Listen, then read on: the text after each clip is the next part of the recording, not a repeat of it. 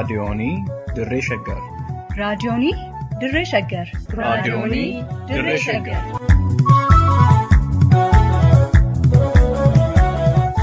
raadiyoonii Dirree Shaggar. raadiyooniin Dirree Shaggar torbanitti guyyoota 3 wiixataa roobii fi jimaataa galgala sa'aatii 1 eegalee hamma sa'aatii 1 fi walakkaatti dambalii gabaabaa meetir baandii 19 kiiloo heerzii 17,575 irratti qophii dabarsuu amma jalqaba. raadiyoonii Dirree Shaggar.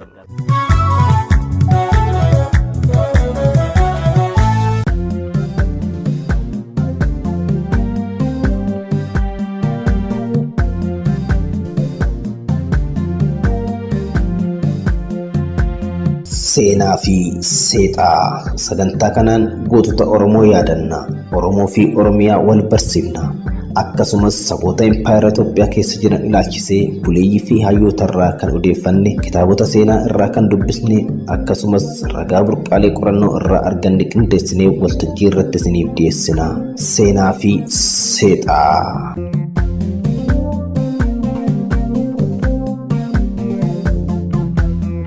Seenaa gabaabaa qabsaa Alamaayyoo Saffisaa fi Tuuta Bilisummaa. Dhaggeeffattootaa fi hordoftoota raadiyoonii Dirree Shaggar ashamaa harka fuunee torban darbe waa'ee qabsaa Hagayoonaaf faarfamnee kan Alamaayyoo Saffisaa jedhamuu fi tuuta inni gaggeessaa ture, akkasumas barruu bilisummaa jedhamtu kan isaan qophaa'aa turte kutaa duraa isiniif dhiyeessinee turre. Har'a seenaadhuma kanarraa kan itti fufu kutaa lammataa isiniif dhiyeessinaa, itti dhiyaadha. Kan barreesse Abbaa Torbii, kan gulaale Duubee Wayyeessaa, kan isiniif dhiyeessu immoo an Gurmeechaa Gammachuuti. Turtiin keessan hanga dhumaatti nu waliin haa ta'u.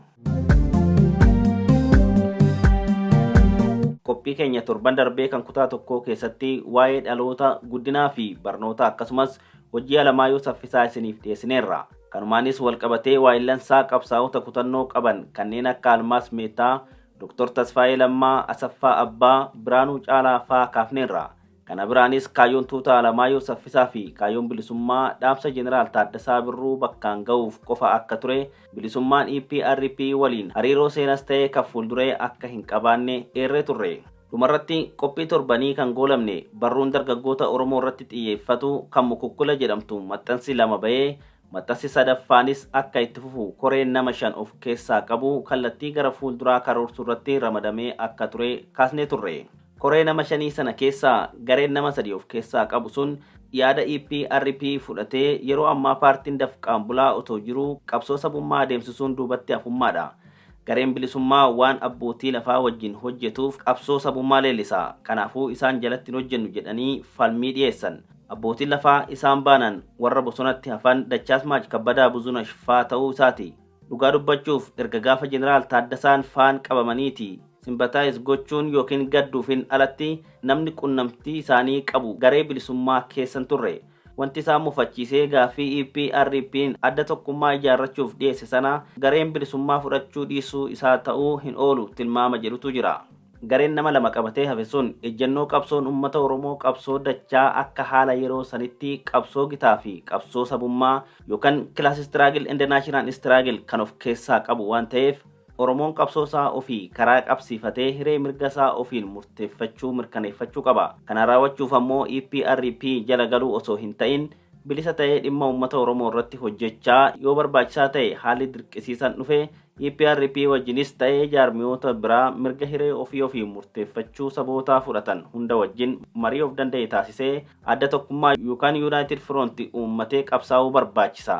Deebiin jedhu kennamee fi fudhachuu didanii garee bilisummaa irraa fottoqanii ba'an. Barruu sana arguu baannus gareen sun erga citee ba'ee Mukukkula marsaa 2 akka baasee dhagaamaa ture. Isaan keessaa namni tokko osoo baay'ee hin turin Oromootuma dargii wajjin hojjetaniin karaarratti ajjeefamee ilmi Oromoo cimaan abdataa guutamaa keessatti argama ture. Biyyeen itti salphattu. Bilisummaan nagaumaan otoo deemaa jirtu marii garee kana keessatti adeemsifamaa tureen qabsoo hidhannoo Jeneraal Taaddasaan faa jalqabanii irraa kufan sana itti fufsiisuun barbaachisaa akka ta'e waliigalteerra ga'ame. Alamaayyoon gadda qabsaa'otaa keessaa ba'uu kan dandeenyu dirree qabsootti bobba'uu qofaadhanii jechaa ture.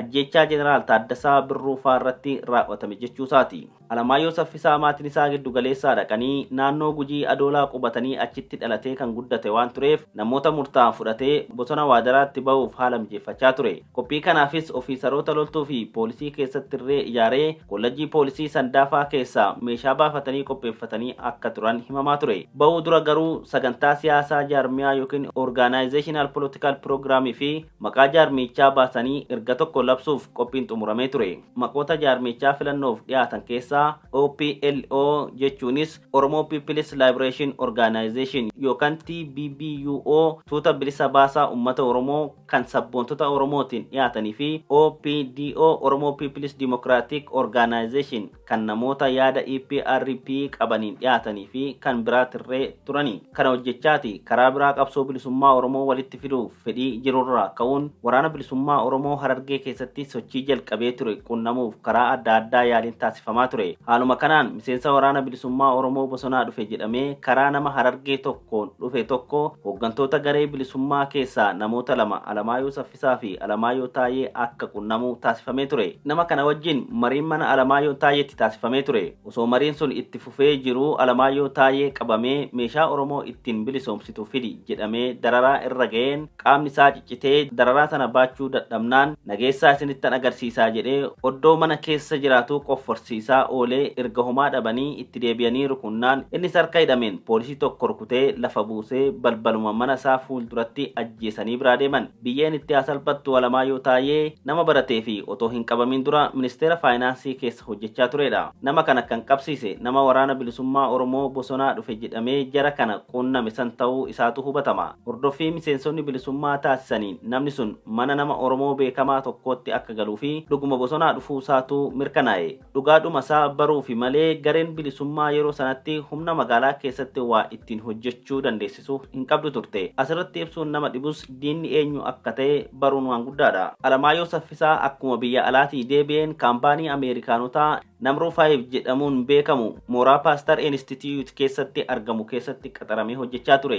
Dargiin sakatta'iinsa magaalaa Finfinnee isa jalqabaa bona bara 1977 taasise keessaa isaa bakka hojiitii ba'ee dhiyyana nyaatee kallattii hospitaala Paawuloositti aanu sanatti kophee isaa haxaawwachaa jiru namni tokko fuula isaa wayyaana guuggatee dhufee eeruun akka qabsiisee deemee hiriyoonni isaa maatii isaatti himanii jiru. Jalqaba kan hidhame buufata poolisii tokkoffaatti ture. Yeroo muraasaa booda gara masaraa Minilikitti dabarsanii akka lafa jalatti hidhantuu himamaa ture. Alamaayyoo bakka itti hidhame baasanii konkolaataa fuudhanii deemuun yeroo yeroon dararanii deebisaa kan turan Oromootuma maqaa isaanii fi jaarmiyaa isaan hojjetaniif beekamu turan. Baay'inaan waan lubbuun hin jirreef maqaa dha'uun barbaachisaa miti jennee irra dabarra. Alamaayyoon aduu dhabuu fi dararaa irra gahaa turerraa kan ka'e qaamni isaa gara keellootti jijjiiramee akka ture maatiin gaafachaa turan dubbachaa turan. Haa ta'uuti akkasis ta'ee lubbuu isaa baraaruun hin danda'amne. Baruma san keessaa achi baafamee hidhamtoota EPRP hedduu wajjin ajjeefame. Oromoon Oromoo hiisisuun, dararsiisuun, dararuun, ajjechisiisuun, ajjeesuun waanuma erga sirni gabrooffataa Habashaa nutti dhufe nu wajjin jiraatee fi har'as cimee nutti jirudha.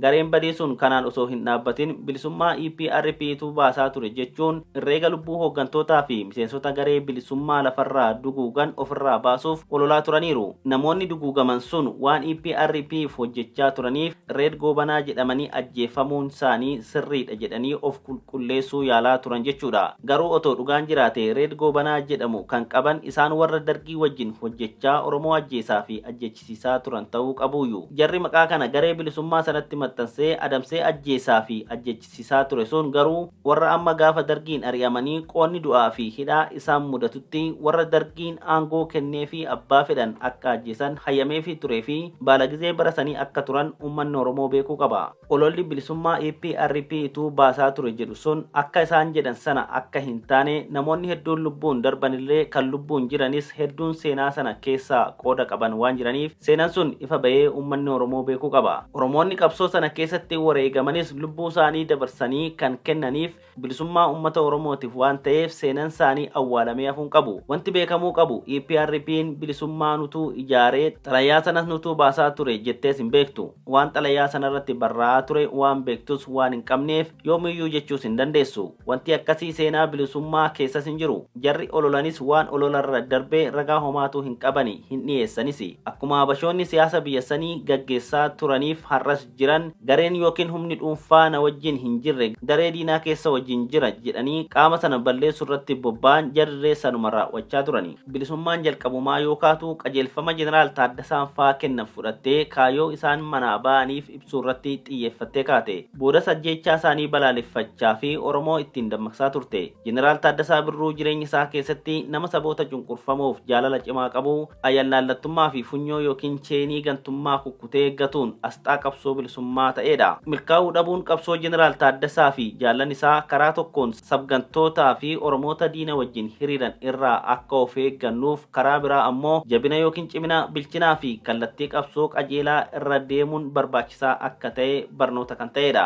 Bilisummaa lakkoofsi 8ffaan afaan Amaaraatirraa kan afaan Oromootti deebi'e. Akka carraa xalayaan kun waan argameef tuquu danda'ame malee xalayaan bilisummaa hanga gaafa maxxansa dhaabdutti baate hundi barruulee akkasii kan garaa nama booressan qabu. EPRP'n garuu gaafa jarri sun ajjeefaman Mallas Taglee fa'aa wajjin waan ajjeefamaniif inna Mallas Taglee ka fiiwudaalochi gaar tarashanu Mallas Taglee fa'aa fiiwudaalota wajjin rashanaman jettee xalayaashii dimokiraasiyaa jedhamurratti barreessuu ishii Oromoon bara sana ture xalayaa sana dubbisee seenaa sana hin raafatu. Barruun Oromiyaa kanarratti waan baase hin yaadadhu malee xalayoonni akka warraaqsaa fi bakkalchaa maqaa Oromootiin bahaa turan hunduu waa'ee ajjeefamuu jara kanaa waa tokko otoo hin jedhin bira darban. Maayisoon baasaa ture hundi waanuma sabqunnamtiin mootummaa jedhan baasaa turan. Sabqunnamtii mootummaa marti jara san akka abbootii lafaa turanii fi labsii lafaa falmuuf ba'anitti ibsaa turan.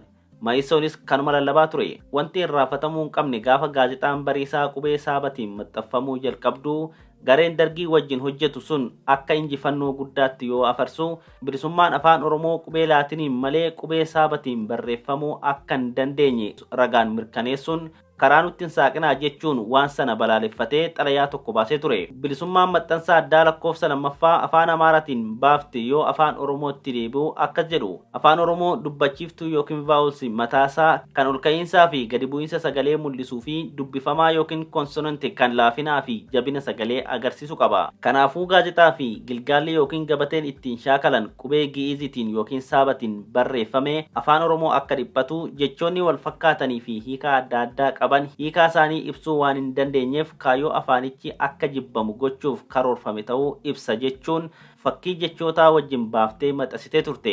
Du'a Alamaayyoo Saffisaatis kan ariifachiise akka kana ta'uu danda'u ni tilmaamama. Wanti sun karaa EPRP tirree ilkaan akka itti ciniinnachiisaa ture karaa adda addaatiin ni dhaga'ama ture. Gareen Oromoo yakkamaa sun xalayaa waa'ee qubee ibsu sanas EPRPtu nu maxxansee raabse jedhuure laata. EPRP'n eega yeroo sana afaan Oromoo qubee laatiniin malee qubee saabatiin barreeffamuu hin qabu jettee xalayaa baaftee balaaleffattee nu falmaa turte waan ta'eef jara sana caalaa uummata Oromooti quuqamaa turte jechuun hin ta'u laata. Kanaafuu ololli bilisummaa EPRPtu baasaa tureen sun waan madaallii hin qabnedha. Haala rakkisaa waggaa laman guunne sana keessatti bilisummaan marsaa 12 fi mukukkulli marsaa 2 garee Alamaayyoo Saffisaan hoogganamu kanaan maxxanfamanii raabsamanii jiru. Egaa Alamaayyoo Saffisaa Hurrisaa bara rakkisaa sana keessa of kennee Oromoo dammaqsuuf waggaa 2 xalayoota kana hooggansa isaa jalatti baasaa ture. Boodas akkuma olitti ibsametti bosonatti bahee qabsoo hidhannoo jeneraal Taaddasaan irraa kufan itti fufsiisuuf otoo qophiirra jiru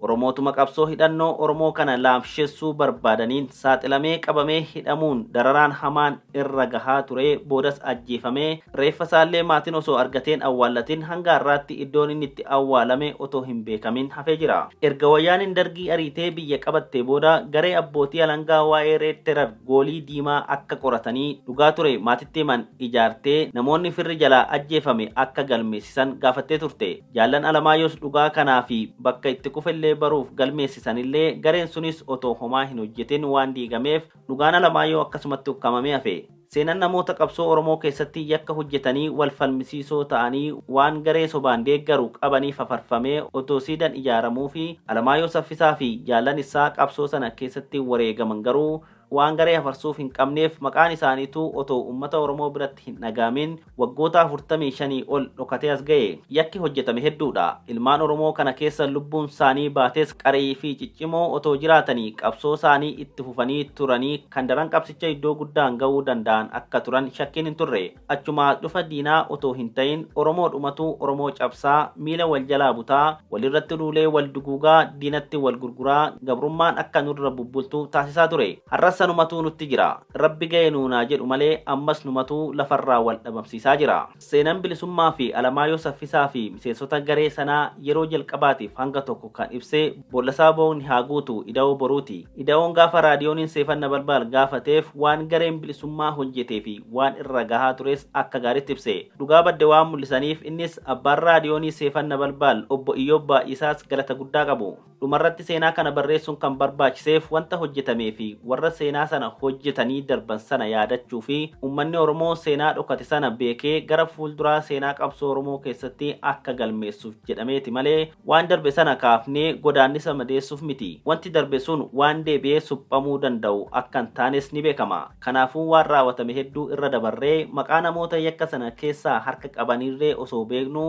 maqaa lagannee kan dhiibneef kaayyoon keenya namoota yakka dalagan sana saaxiluuf otoo hin ta'in namoota mirga uummata Oromoo barbaaduuf otoo carraaqanuu darbanii fi maqaanii fi hojiin isaanii haguugamee dhokatee awwaalamaa jiru sana seenaaf ifa baasuu fi uummata Oromoo biraan ga'uu qofaaf akka ta'e akka nuuf hubattan barbaanna. Seenaan haqaa awwaalamtee naftu dhugaan ni barfatti malee ni mo'atti. Seenaan sobaan ijaaramtee ni caccabdi. Wareegamni qabsaa'ota Oromoo haqaa bara baraan yaadatamaa jiraata. Xumurree galatooma. Kabajamtoota dhaggeeffattoota keenya qophii seenaaf seexaa har'aaf qabannee kanumaan xumurra. Torba seenaa biraa qabannee hanga walitti deebinutti fayyaa tura.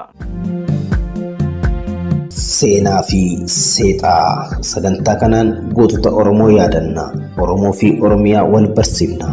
Akkasumas saboota impaayera Itoophiyaa keessa jiran ilaalchisee buleeyyii fi hayyoota irraa kan odeeffanne, kitaabota seenaa irraa kan dubbisne, akkasumas ragaa burqaalee qorannoo irraa arganne qindeessinee waltajjii irratti isiniif dhiyeessina. Seenaa fi seexaa.